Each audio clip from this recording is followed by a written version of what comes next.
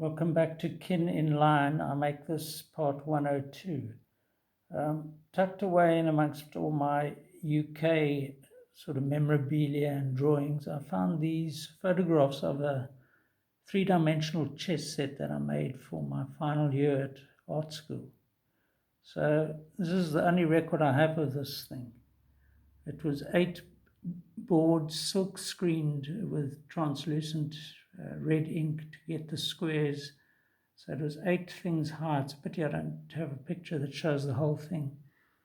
And then I made these kind of chess men. I designed them, made them out of clay. And the idea was that you could play this on 3 dimensions, going through down through it was totally bizarre, but anyway, a lot of work went into making this damn thing. And then I just turfed it out when I got divorced and I was depressed. Yeah.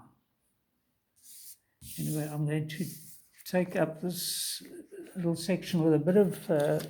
so I've collected a few things while I was in the UK. This was what appealed to my... these stood out when I went through newspapers. These are my drawings, but this is, a cross-section of what houses are like in London. And you just look at the density of these places. And it's all pretty much the same. Apparently, these are all like 20th century, I think built even maybe after the war. But, imagine... we lived in a place like that. And look at this wonderful photograph of London. So I think that's the Nat West Bank here. This is all the city of London, the square mile as they call it. The old Roman Londinium. Some of the wall is still remaining, and there's Tower Bridge, Tower of London. And of course this skyscape continues to change. So you've got layers of history here that date back probably pre-Roman, Roman times and even before. So at least 2,000 years of history tucked away in there. So just quickly go through a few of these little things. Quite near to where we worked was the Bleeding Heart restaurant. And there's all sorts of history attached to it. Then I managed to attend this, which was a tribute for a free South Africa, and Mandela was in attendance. It was at the original Wembley Stadium. And we saw some incredible acts. They only played 2 or 3 songs each, but not Joan Armatrading, the who's who of musicians at the time. Neil Young, I think, was there. He definitely was. And this is from South Africa House, which was the South African Embassy on Trafalgar Square. Rather nice letterhead paper. I think this was designed by Sir Herbert Baker. And so they're back in the Premiership, and they were in the Premiership when I saw this game against Sheffield United. And then typically they ordered my business cards and they spelt the name wrong. Hard to believe. So I had all these things that were misspelled. So I kept this not for any drawings, but it is a bit of quite a historic document, I suppose, because this was just before they were unbanned, the ANC.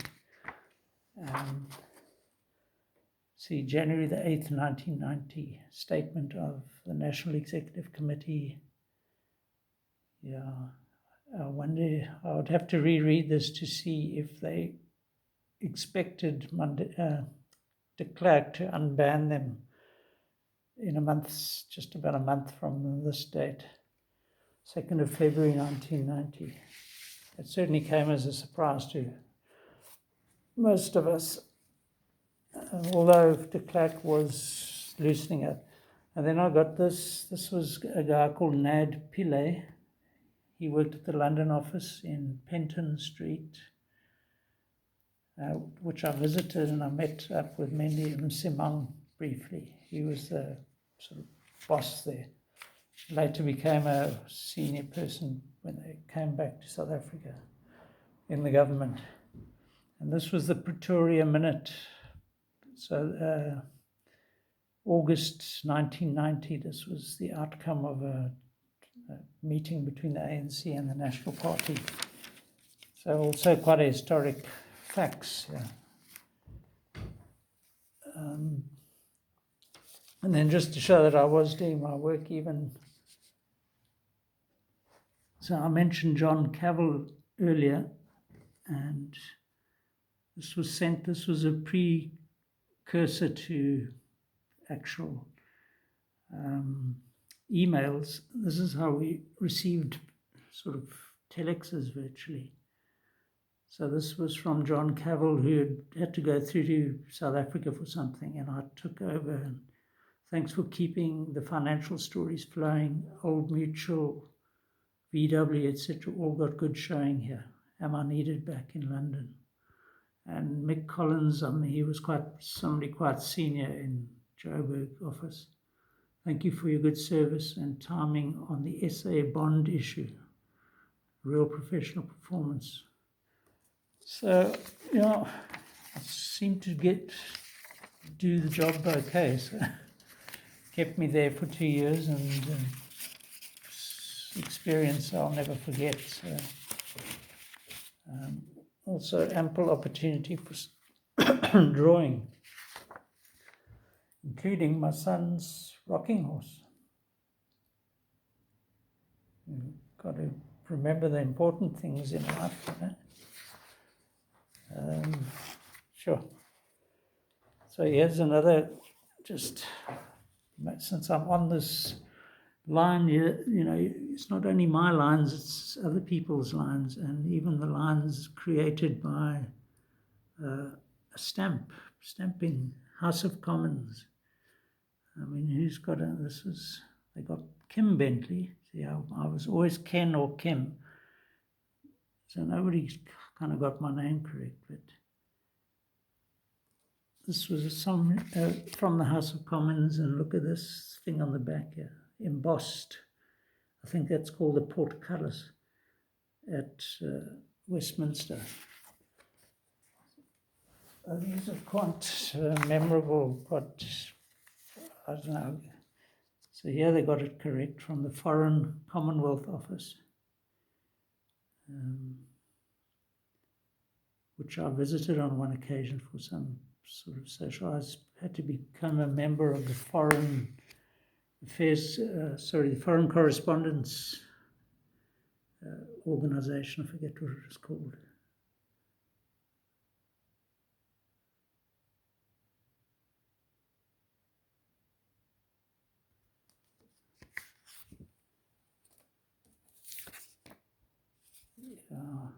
It's an embossed version of that.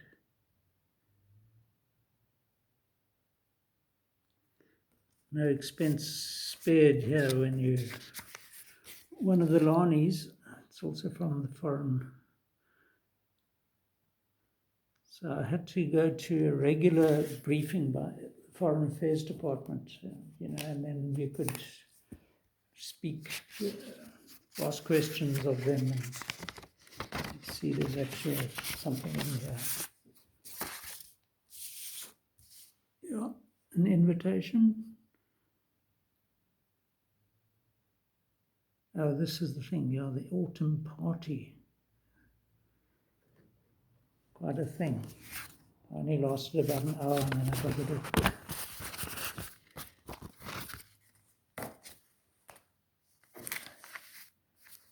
Yeah. So a lot of these I'm going to come back to, I think, because these are little this sort of thing. My friends. But for now, I think we're going to have to just leave it and come back to those next time. Cheers.